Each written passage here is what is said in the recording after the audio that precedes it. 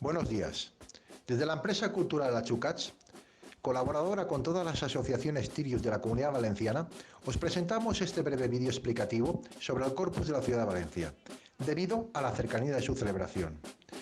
El Corpus de Valencia se celebró por primera vez en 1355 y desde sus inicios hasta principios del siglo XX fue la fiesta más importante de la ciudad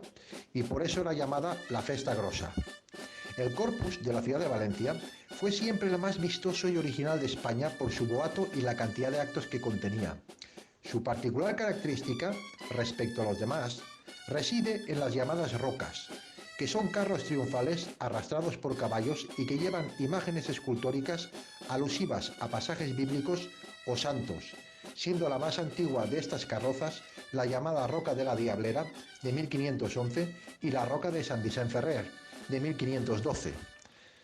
El Corpus desde principios del siglo XVI se ha celebrado por la tarde, siendo la procesión vespertina más antigua de España.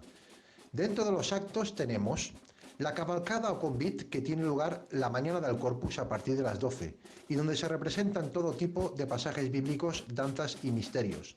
destacando el ball dels nanos y els gegants y sobre todo la danza de la moma y els momos. La figura del patriarca y arzobispo de Valencia, San Juan de Ribera, fue muy importante para el Corpus Christi de Valencia, creando otro nuevo acto en la fiesta llamado la Octava del Corpus, y que se celebra dentro del claustro del Colegio Seminario del Patriarca desde el siglo XVII, siendo único en España y en Europa.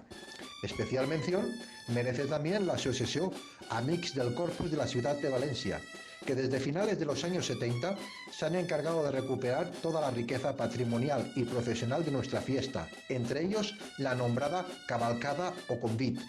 pudiendo así disfrutar todo el mundo de esta festividad, especialmente todos los valencianos.